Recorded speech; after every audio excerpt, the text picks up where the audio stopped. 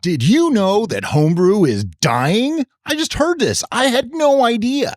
Apparently, nobody's brewing anymore. The hobby is shrinking. It's just fading away. Or at least that's what some people are saying.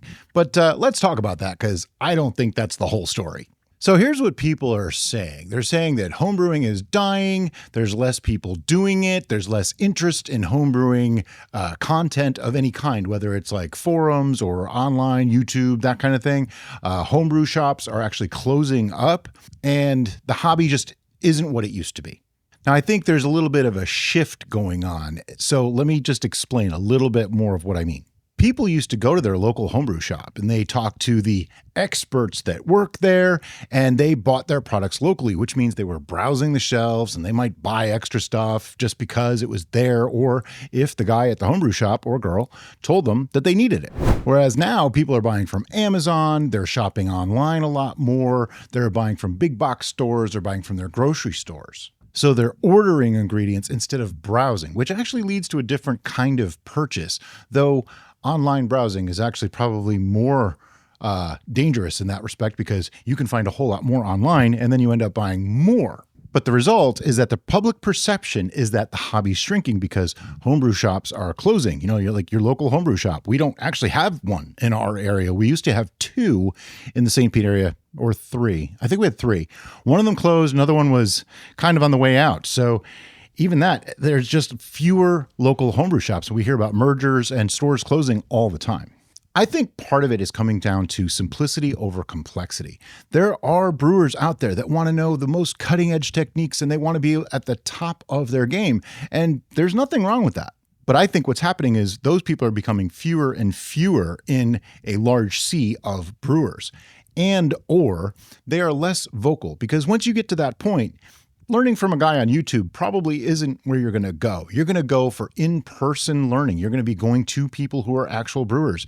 That's the level that you're at. So watching one of our videos, let's say, who are designed for beginner to intermediate, isn't going to cut it for you anymore. So you're going to be watching less or going to those sources less.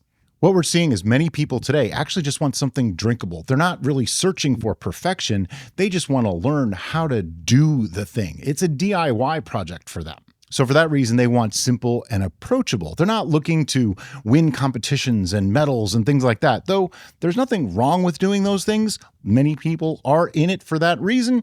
That's a whole other video. I'm going to cover that one of these days. But that shift to simplicity can look like people aren't serious anymore, the hobby's declining, it's just not what it used to be. And that leads to the online noise. Forums and communities that are online that used to be bustling with activity might seem quieter now because more people are going other places for their information or their knowledge because it's so much easier to get information and knowledge today than it was just 10 years ago, let alone 20 years ago. They might also seem repetitive because you might have 20 new people coming in every day and they're all making, for example, my sweet red wine. That's repetitive when everybody just keeps posting that, oh, I made this thing and it's the same thing that somebody posted yesterday and somebody posted last week. Eventually what happens is people get bored of that and they stop posting to those online forums and communities. And last but not least, a lot of those communities and forums can get really judgy and really elitist. And I'm not pointing fingers at any one specific place or anything like that, but man, I've seen it myself. There are tons of places that look down on you if you come in as anything less than an intermediate to advanced brewer. And I just don't think that's healthy. So here's what's really happening. Homebrew isn't dying. It's changing. More people are learning from sources like YouTube and from creators and from, books, the old-fashioned way, right? And from forums. They are still actually learning from that, but different kinds of communities. They're shying away from the big mass-marketed communities that tend to be a little bit gatekeepy sometimes. They're looking to people who make videos, people that write books, and people who are kind of the important person in those communities as their new source of information rather than going to local homebrew shops. Because I'm not saying this is true of all of them, but I know personally that I've seen it and I've heard from hundreds of people that they had bad experiences at local homebrew shops with people who literally just work there. Or they're more interested in a profit than actually doing what's good for the hobby or what's good for the person standing in front of them. They offered bad advice, horrible advice in some cases, detrimental to actually making a good product, or made things so complicated that the person felt they needed to buy $300 or $500 worth of equipment just to make a gallon of mead. And the reason for a lot of local homebrew shops having problems these days is because the barrier to entry is so much lower. It's super easy to get ingredients. I mean, you can go to your local grocery store or Walmart or whatever superstore you want, even Amazon, and find hundreds, if not thousands, of different things that you can make a brew from. It's just super, super easy. And honestly, I think it always was. People just didn't think of it that way. And then let's not forget, we live in the information age. I mean, it's so easy to find information on brewing. As much as I hate to say it, you can even ask ChatGPT how to make a recipe for mead, and it'll give you a decent result. It's not the best in the world, but it'll get you started. And sometimes that's all people need is just the idea to get it started so that they can go out on their own. So the information is freely available. It's super easy.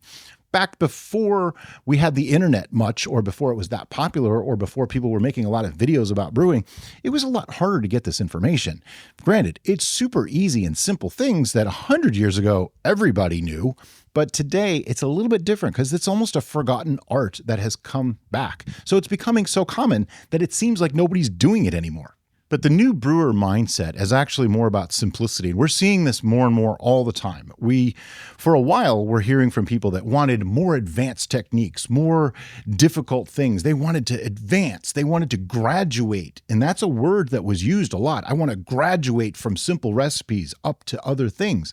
And I always wondered what they mean by that, because when you look for wines in the store, they don't say beginner wine, advanced wine, intermediate wine. It doesn't really work like that. It's all wine. So how come as a home brewer, you have these levels? They're artificially made, and most of it comes from elitism or gatekeeping and things like that people believe, well, any wine that you made this way isn't as good as a wine you made this way, so this must be more advanced.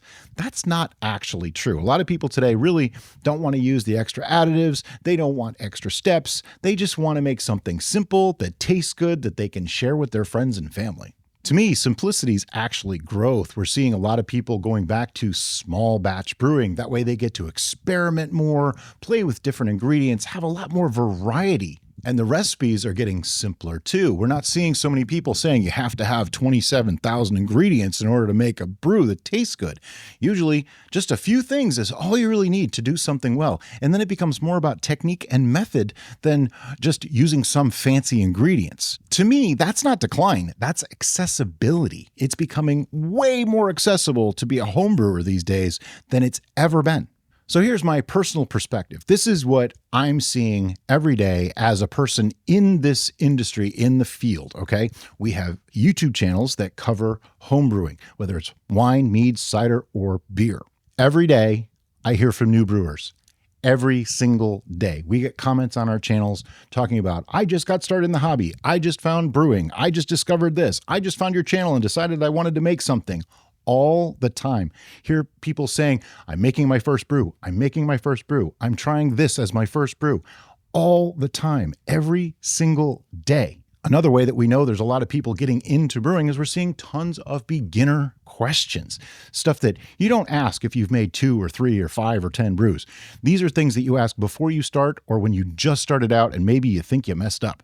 Seeing more and more of that all the time. And one other piece of proof that I can put up on the screen right now. Our channels are growing faster in the past few months than they ever have in the last 8 years. So just the last 6 months or so, we're seeing a resurgence of homebrewing. It's not dying, it just is shifting a bit. Overall, though, that doesn't look like a dying hobby to me. It's also possible that people who are at the higher end of their brewing career, if you will, are not watching some of the content that they might have watched before because they got what they needed from it and now they've moved on. So people who are catering to that higher end or more advanced or super complicated style might see a decline simply because they've essentially taught their people so well that they outgrew what they were doing. I mean, that's another way to look at it. We see it on our channels all the time. We'll get up to a point where some people will say, hey, you know what? You guys are awesome and I learned so much from you, but I'm ready to move to other things. And they kind of stop watching and move on. And that's okay. I mean, I don't have a problem with that. That's why we can have so many subscribers, but not everybody is still watching. A lot of people stick around just because they want to, they like us, they wanted to hang out with us or whatever. But that's the way it goes when you're in a skilled information type industry. As you educate people, they may pass you out, and that's totally cool. I'm all for that. I want people to learn as much as they can and take it to the level that they want to take it to. So at the end of the day, the hobby isn't dying, it's evolving. It's going from shop-centered, expert-driven, and complexity-focused to creator-driven, beginner-friendly, and simplicity-focused. The good news is that it's easier than ever to start. It's much less intimidating, and more people are trying it casually. You don't need perfect gear, advanced techniques, and expansive knowledge. You just need curiosity, a basic understanding, and a willingness to try. To close this up, homebrew isn't dying, it's just changing. And I think that's a good thing because it's opening up to a whole new level of brewers, a whole new group of brewers that haven't ever tried it before, and they're finding it easier and easier to get started. So let's keep the conversation going. How did you get into brewing? Was it from a local homebrew shop or was it from YouTube? And as always, guys, thanks so much for watching and have a great day.